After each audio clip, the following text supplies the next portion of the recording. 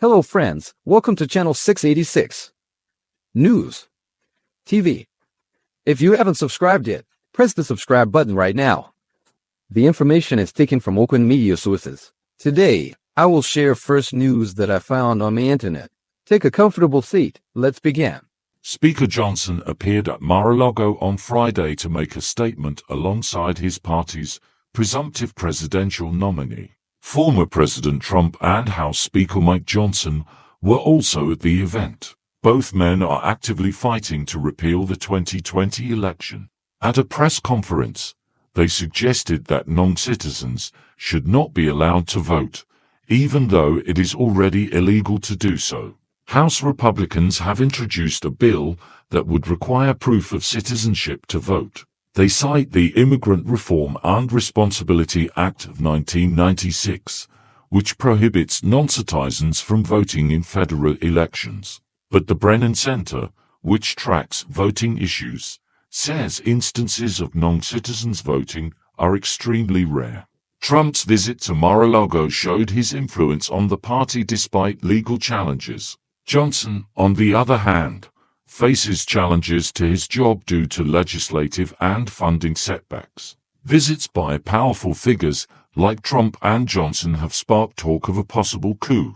They continue to fight for their ideas despite possible obstacles. All of this is happening in Florida, where the debate over the legality of voting has already begun. It's been tried at various levels of government before, but how big a problem is it really? How great is the likelihood of success? It's already illegal to vote as someone who is not an American citizen in a federal election. But what I saw today when two of the nation's leading Republicans tried to raise questions about the legitimacy of the upcoming presidential election is a serious problem for Americans and for democracy. Former President Trump is not just talking about this problem. He still refuses to admit defeat in the 2020 election and continues to falsely claim that President Biden stole the election from him. All of this context is happening here in South Florida, where Trump was asked about the controversy between Speaker Johnson and Republican Marjorie Taylor Greene. What did the former president have to say? He praised Speaker Johnson, although he didn't exactly endorse him, but it just screams that he considers the speaker an ally. And it was vital for Johnson to make this pilgrimage to Florida. After all, he's in a pretty tough spot with his supporters, many of whom are frustrated with his decisions on various policy issues, whether it's visa surveillance legislation or funding for Ukraine. And here he is, right next door. This was not just a physical act, but a political message supporting Trump and his movement despite all the skeptics in the room. And we heard the president saying he stands by the speaker as well. But let's remember Bob and why Congresswoman Taylor Greene is a threat to Alice Johnson. Why exactly has she become the extreme here? And is it possible that Trump's comments could dissuade her?